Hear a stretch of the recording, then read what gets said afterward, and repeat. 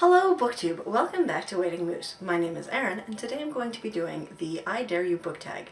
I was tagged to do this by Mel at Mel's Bookland Adventures. I've recently found her and really like the stuff she does. She reads a lot of adult books and a lot of the same stuff that I'm interested in. When she talks about books, I get interested. If you have not checked out her channel yet, absolutely do. I will include a link to that down below. I think she's just fantastic and I think you should give her a look. I'm going to start this tag because there's quite a few questions to it. It starts out, I've got my phone here because that's where the questions are, of course. I've also got something in my eye, apparently. So the rules for this are you must be honest, you must answer all the questions, and apparently I have to tag 4 people, so I'm not sure if I can remember 4 booktubers at the end of this, so we'll see what happens. The first question is, what book has been on your shelf the longest? I wasn't sure actually what book this would be because I moved in about 2011, 2012. We moved cities. So at that time I did a big book unhaul. I got rid of a lot of books. Really what I've got on my shelves is nothing compared to what I had. So I started going through and I thought, wow, like a lot of these books I bought all like relatively close to the same time. And then I stumbled across one of my favorites that I don't even have the dust jacket for anymore, which is too bad because apparently it's getting dusty. Oh, those have a purpose. But this is The Universe in a Nutshell by Stephen Hawking. I bought this. It's awesome. It's like illustrated physics for people like me. I bought this a long time ago because, well, not a long time ago. I don't even know when it was published. When was it published? Universe in a Nutshell by Stephen Hawking. It's published in 2001. So I probably bought it in 2004, 2005, and I've carried it with me ever since then. I need to read it again because I know my first reading of it, there was a lot of concepts in here that made me go, huh? What do you mean by that, dear smart man? So yeah, that's the book that's been on my shelf the longest, Universe in a Nutshell by Stephen Hawking. What is my current read, my last read, and the book I'll read next? So I'm currently reading, a few books, but I'm going to go with the paper book that I'm reading because the audiobooks, I count them differently, sort of. I'm currently reading Mozart's Last Aria by Matt Rees. It's really been a quick read for me. I'm over halfway done. And I'm really enjoying it, but it's definitely not a really engrossing read. I mean, it's an engrossing read. It's not a difficult read. It's super easy. I find I'm just like, it's a page turner. I'm flipping those pages as quickly as I can to get to the end, which is good because Tome Topple is coming up. And that brings me to, let's see, my last read. Sorry, it doesn't bring me to my next read. It brings me to my last read. The last book that I read was Nazism and War by Richard Bessel, I believe. I'm going to go with, I did not give that good reviews. I think I gave it 2 stars. It read like it was written by someone who has a very high opinion of themselves and felt that in order for the world to feel the same way about them, they had to write super long, overly complex sentences and use a lot of big words that really were unnecessary. At the same time, 160 some pages of content had a lot of repetition in it, like within the text, not repetition of what you can find in other books. I'm talking like you would read a paragraph and I would start the next paragraph and think, didn't I just like read something that basically said this in different words? And yeah, I did. So I spent a lot of time like rereading things and trying to figure out what he said. There were paragraphs that were entire pages in that book and it was a snore fest. So I do not recommend that book if you're interested in history of World War II and the Nazi Party. Thanks to the Tome Topple coming up like tomorrow or Friday. It's coming up. I've got to check on those dates. I do not have a single answer for this. Sorry for the noise there, my pen fell.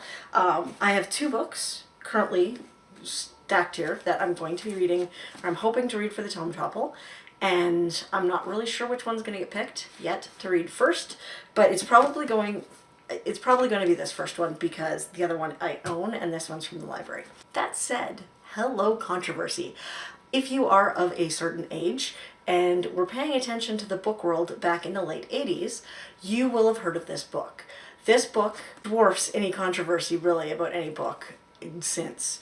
and that is Salman Rushdie's Satanic Verses. This book was published in 1988. It is 556-ish pages, 560 pages long, and it basically, the author, Salman Rushdie, had to go into hiding after it was published because a fatwa was declared against him by the Ayatollah Khomeini. He was basically not very popular within the Muslim community, which is interesting because he is a Muslim. So I believe he's a Muslim. I shouldn't say he is for sure. I think he was.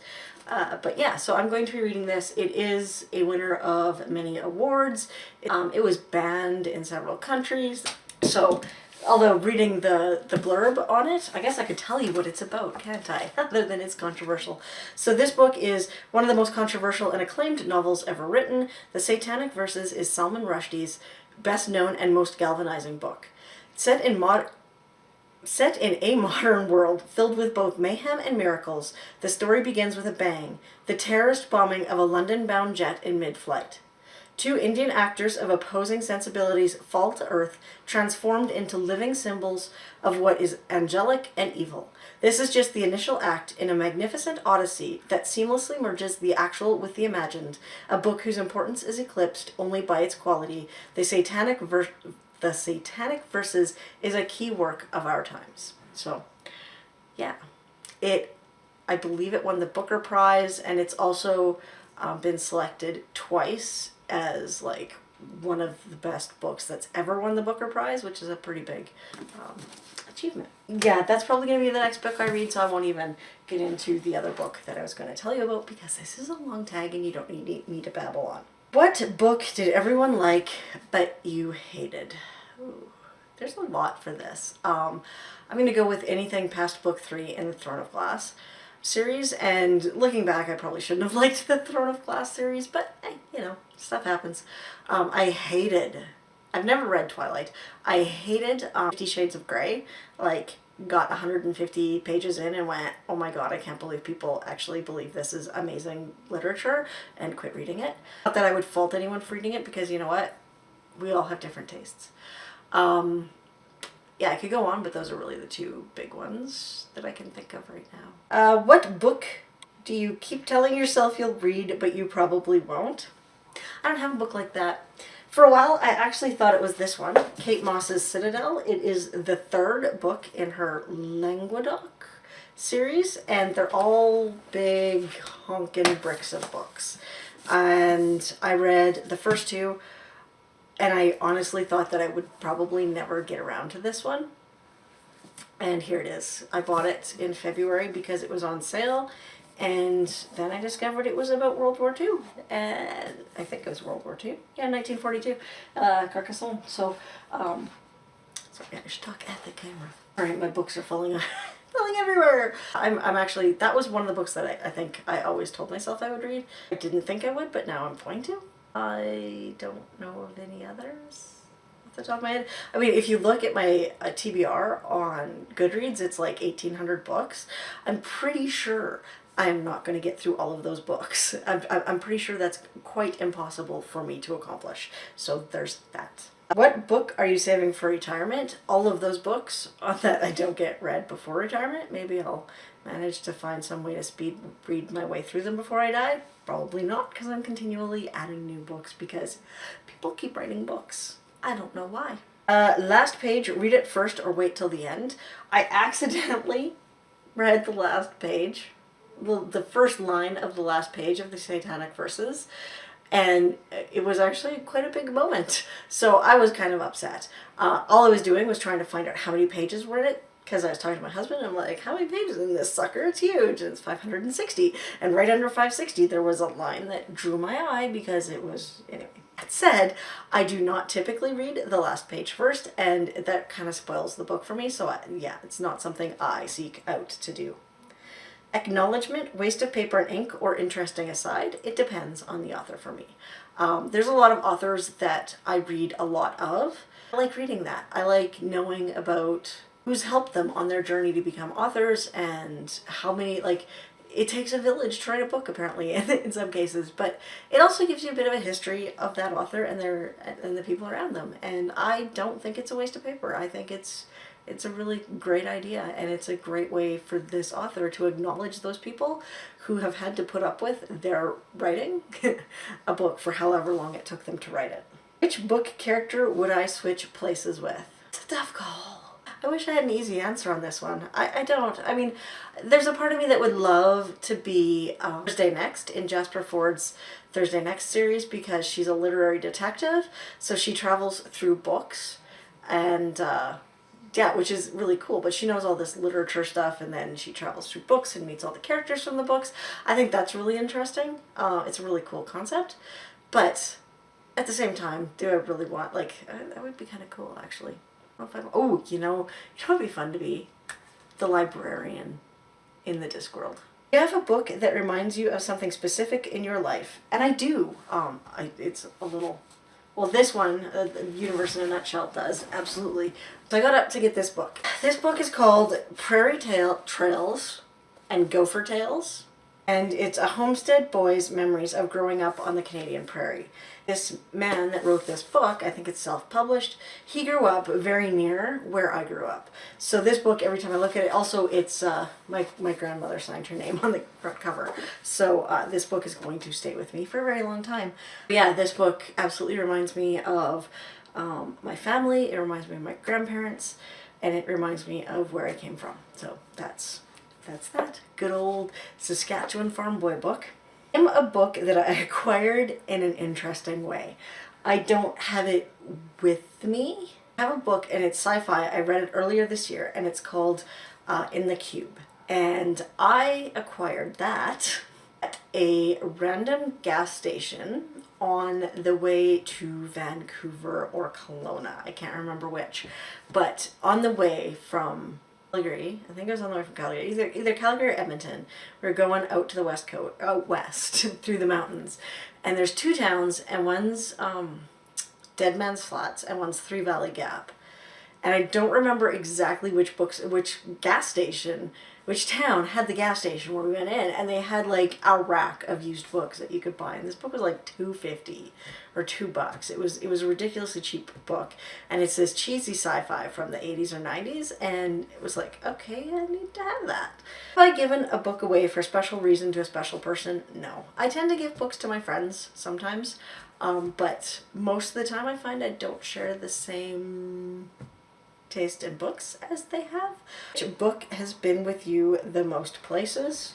It's gonna be The Universe in a Nutshell, because it's followed me everywhere. Well, it's lived in 1, 2, 3, 4 different houses in 2 different cities with me, so that's my best option there. I don't really take books, the same book with me places, and I'm getting really good about like turning over my bookshelves where I don't keep books. Really, unless I absolutely think I want to read them again, which is why this is my only bookshelf currently, and this stack of books over here. Just my lampshade is in the picture. Oops. Damn it! I try to set my camera up in the same place every time and it just doesn't work. Okay. Required reading you hated in high school that wasn't so bad 2 years later. I don't reread books. So I know I hated Lord of the Flies. I didn't even finish that. I thought it was stupid. I think if I finished it now, if I read it now, I would look at it differently, and I can say the same about a lot of the books I read in high school, but I've not reread any of them, so I have no idea. Used or brand new, either. I do prefer used just because it saves me a bundle, and I have no problem with going to the library, so those are all used books. It's very unlikely that I'm getting the first read on any of the books at the library, especially since I read a lot of previously published stuff. I read a lot of list rather than brand new. Have you ever read a Dan Brown book? You betcha. Actually, I've read like 3 of them and watched the movies. I'm going to admit to finding them entertaining. I did. I understand why people hate them. I understand why people think he's a hack. And I understand why people think it's bad literature. You know what? They are one-dimensional characters. It's a very, very... yeah, it is. It is what it is. But at the same time, it's written to be a page turner, and it was. So, you ever seen a movie you liked more than the book? The Princess Bride. I saw it before I read the book, and honestly, I thought that the book was a snorefest. An absolute snorefest. I did not like it, but the movie is fantastic. Ever read a book that's made you hungry, cookbooks included? Actually, sort of. So I got, for Christmas a few years ago, I was in a Secret Santa group, and one of my friends knew that I loved baking, and so she bought me the Butch Bakery Cookbook. It's a cupcake cookbook for men, right? So it's like manly cupcakes, because that goes together. But you look through them and it's like he's got bacon topping all these cupcakes and stuff, and yeah, it's appetizing to look at. I've also read a lot of food-based cozy mysteries, and yeah, some of those do an excellent job of describing the food. Jen McKinley's cupcake. There was a couple donut shop ones. There was like an ice cream parlor one, and they talk about all these flavors of donuts and ice cream and cupcakes, and I'm just like, I gotta stop reading these because I'm gonna eat everything sugar-based in the next 3 days. Is the person whose book advice you'll always take? There is such a person. I am finding that there are some booktubers that I absolutely trust their recommendations, but I don't know if I would say I would always take their advice, but I listen to what they say about a book and then try to evaluate it for myself.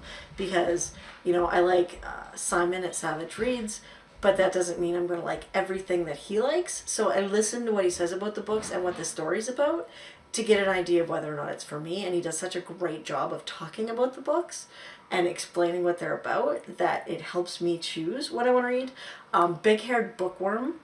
Louise at Big Haired Bookworm is hilarious, and she shares a lot of the same taste that I seem to have in books.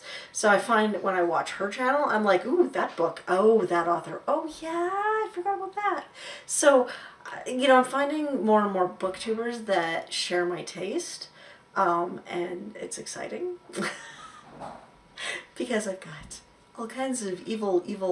You have no idea. I had my to-read list at the end of 2016.